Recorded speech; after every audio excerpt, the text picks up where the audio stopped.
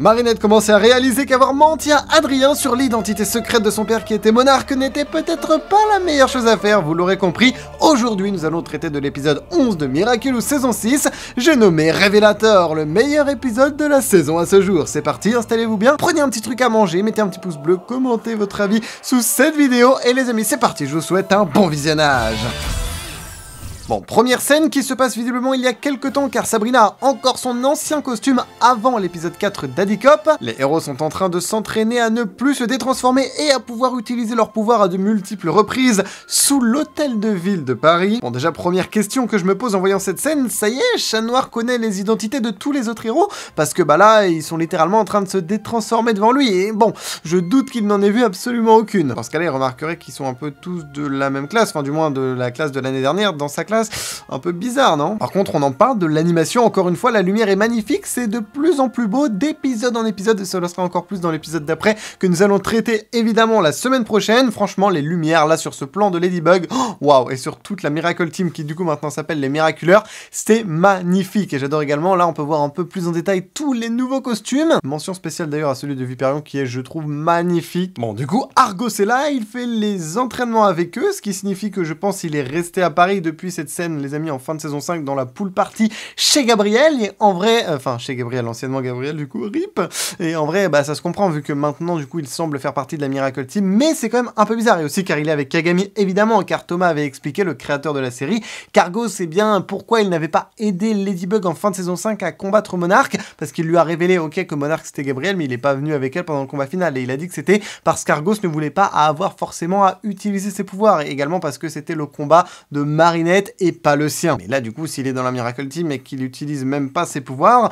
parce que cela impliquerait, les amis, de créer des senti-êtres, de devoir les détruire après. Or, Argos, en étant à lui-même, eh bien, déteste et ne veut pas avoir à faire ça. On avait pu voir déjà en saison 5 combien ça lui coûtait et ça lui faisait mal de détruire un senti-être. Mais du coup, bah, il va servir un peu à rien, non? En tout cas, je sais pas, mais j'ai hâte de voir des épisodes dans lesquels il serait en action. J'imagine qu'il faudra attendre l'épisode 9, Monsieur Agreste. Bon, on remarque maintenant, depuis quelques épisodes, la présence omniprésente des réseaux sociaux qui vont être au cœur de cet épisode, qui est sûrement l'épisode que le créateur de la série avait teasé comme étant l'épisode spécial influenceur, qui va traiter tout simplement du phénomène des influenceurs. Et bon, on va voir plus tard ce que j'ai pensé de cet aspect de l'épisode. Petit retour à l'île aux cygnes, les amis, qui nous avait été introduite en saison 4 dans l'épisode Exauceur, c'est magnifique. Franchement, j'adore ce lieu, c'était très cool. Bon, par contre, le retour d'André, on aurait pu s'en passer. Bon, et du coup, cet épisode sera centré sur Alia et sa passion du journalisme, ainsi que sur le fait de dévoiler ou non la vérité, parler des mensonges, des secrets. Et franchement, c'est cool qu'on revienne depuis le début de cette saison 6, déjà avec l'épisode 2, Dessinatrice, et l'enquête de Alia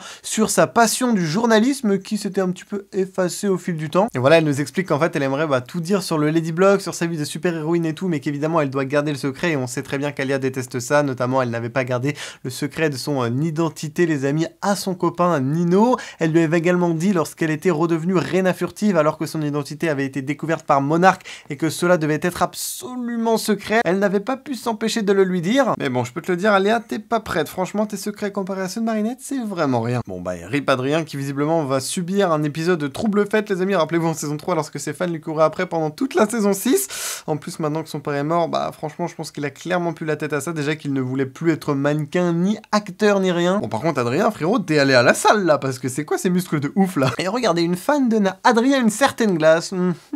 Retenez-la bien, elle aura son importance plus tard. On en reparle en fin de vidéo. Et franchement, les parents de Marinette, ils m'ont fait trop de la peine quand ils ont voulu essayer de préserver leur fille de tout ce harcèlement en ligne. Mais bon, difficile quand t'as une énorme, d'énormes tags en énorme partout sur la devanture de ta boulangerie. Bon, let's go, on retrouve donc Vincent Aza, un fan de Jagged Stone, celui qui avait été akumatisé en numérique en saison 1. Ouais, ça fait 10 ans, ça commence à dater. Bon, let's go, il fait son grand retour. Il est là sur le nouveau réseau social, les amis de Miraculous, à cracher sur le couple Adrinette, et bizarrement, il est sponsor par Tsurugi et la marque Banana, qui est, je pense, très clairement la marque de Chloé. Hein, on se rappelle de l'épisode Queen Banana. Et puis bon, c'est sa couleur. On notera quand même son petit collier Vincent, les amis. Je sais pas si vous avez tous capté la ref, mais au cas où, je la replace ici. C'était plutôt stylé. Bon, par contre, son tic là et son accent en fin de phrase, les gars.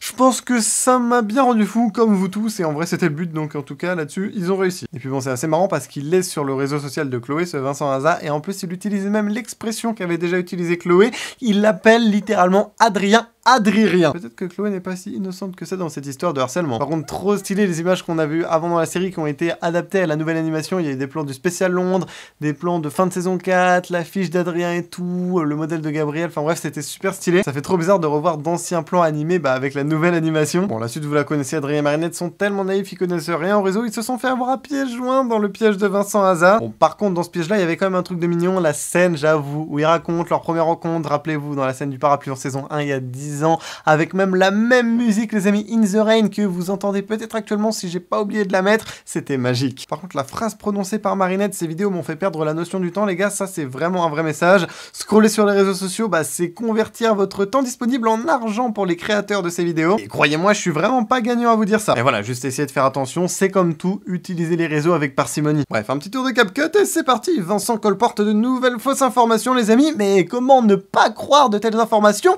lorsqu'elles sortent littéralement de la bouche des concernés? Par contre, c'est tellement le cliché du youtubeur, les gars, avec les fringues sales partout, la vaisselle sale en premier plan, la poubelle qui est pleine, dans le noir sur son PC avec son casque. Bon, je vous rassure, on n'est pas comme ça.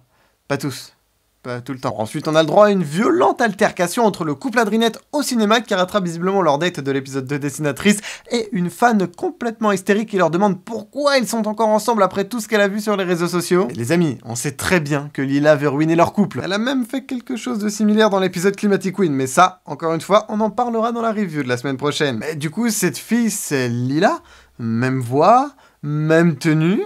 Si c'est pas elle, c'est forcément au moins, au minimum, une de ses complices. Bon, après, on a le plan d'Alia, et en vrai, elle a piégé Vincent à son propre jeu. En soi, elle a rien fait de si, voilà, moralement inacceptable que ça, même si, bon, elle a quand même utilisé les Miraculous pour, voilà, ses propres intérêts. Bon, en vrai, les amis, pour une fois qu'elle aide Marinette, je vais pas trop la critiquer, hein. On se rappelle de l'épisode Ladybug, et préférait défendre une meuf qu'elle connaissait à peine, Lila. Bon, franchement, grave cool son look. Par contre, l'accent MDR, j'étais tellement pas prêt, vu que moi, j'avais vu l'épisode en portugais à la base. C'était super pour être crédible auprès de lui, donc moi voilà, franchement ça m'a fait sourire. Bon, par contre je pose cela mais pas spécialement fan du nouveau look de Nadia Chamak. Dites-moi ce que vous en pensez en commentaire. En tout cas, masterclass de Alia qui est en 4K Vincent à la télé, et ça a provoqué son acclimatisation, donc bon, c'est encore une fois indirectement à cause de Marinette, Alia, bon après c'est aussi de la faute de Vincent, il avait qu'à pas mentir, j'ai envie de te dire. Et encore de nouvelles voix pour Chrysalis, c'est donc confirmé, elle change de voix d'un épisode à l'autre.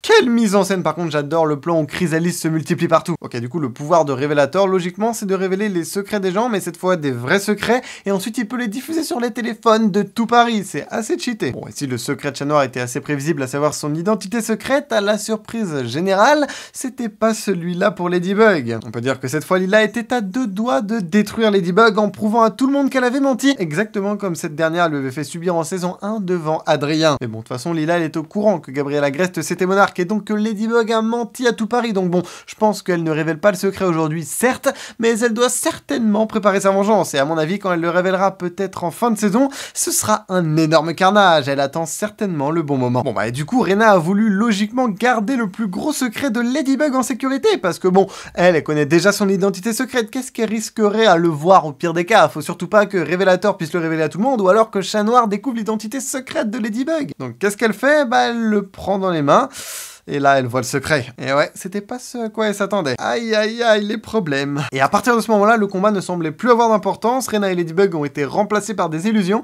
Et elles sont allées parler, les amis. Et honnêtement, j'ai jamais vu Rena comme ça envers Marinette ou Ladybug. La colère, la rancœur qu'elle avait. Oh, c'était vraiment prenant, hein. Ça m'a pris au trip. Elle qui pensait maintenant tout savoir de Marinette. Sur le fait que ce soit Ladybug, la gardienne des Miraculous. Elle avait plus de secret pour elle.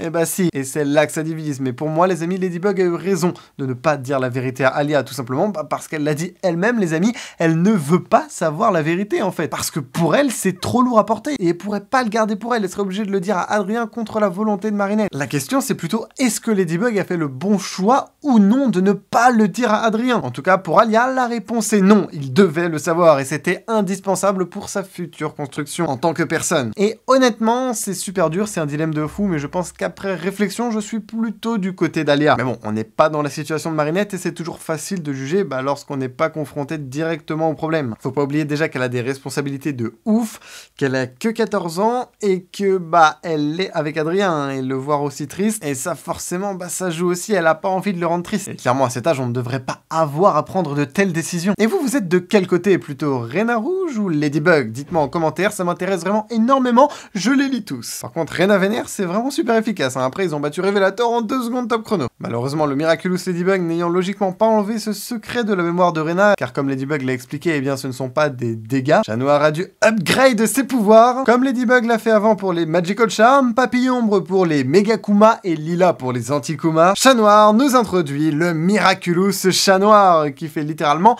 l'inverse de Ladybug, celui-ci détruit pour réparer. Ceux qui me diront encore que Chat Noir est mis à l'écart, les gars, cette fois, vous pouvez plus rien dire. Bon, et maintenant Ladybug a le choix de partager le fardeau de ce secret ou non avec Alia. Peut-être que si elle l'apprend directement par Marinette et non par l'intermédiaire d'un akumatisé, sa réaction sera différente. En tout cas, c'est ce que sous-entend Alia en disant à Marinette qu'elle peut tout lui dire. Mais bon, vous m'étonnez qu'après avoir vu cette réaction, Marinette hésite. J'ai vraiment envie de voir sa réaction quand elle l'apprendra de la bouche de Marinette si ça arrive un jour, pour voir si elle va tenir sa parole ou si elle aura exactement la même réaction que dans cet épisode. Et honnêtement, cette fin d'épisode, ça a un peu une vibe, je trouve, de Gang des Secrets en saison 4, vous savez, lorsque Marinette avait avoué à Alia qu'elle était Ladybug. Mais bon, la pauvre maintenant, elle s'est rendue compte qu'elle cachait vraiment une dinguerie et doute encore plus de son choix d'avoir menti à tout le monde. En tout cas, pour moi, c'est maintenant sûr que Marinette l'avouera un jour à Alia, ou que Alia l'apprendra. Je suis curieux de voir si elle arrivera à aider Marinette comme elle l'a dit en scène post-générique, parce que, honnêtement, je vois pas du tout ce qu'elle peut faire. Par contre, la prise de parole de Lila était courte, mais vraiment intéressante comme toujours. Bon, qu'elle ait des secrets, ça pour le coup, ça n'en est pas un, on le sait très bien. Mais comme je l'ai dit plus tôt dans la vidéo, j'ai l'impression qu'elle sous-entend qu'elle compte révéler un jour l'énorme secret que cache Ladybug à tout Paris. Elle va frapper, ce sera très fort. Ah là là, cette fin de saison risque d'être dévastatrice. Bon, et pour finir, reparlons de cette fameuse glace, vous savez, celle que je vous avais dit de vous rappeler.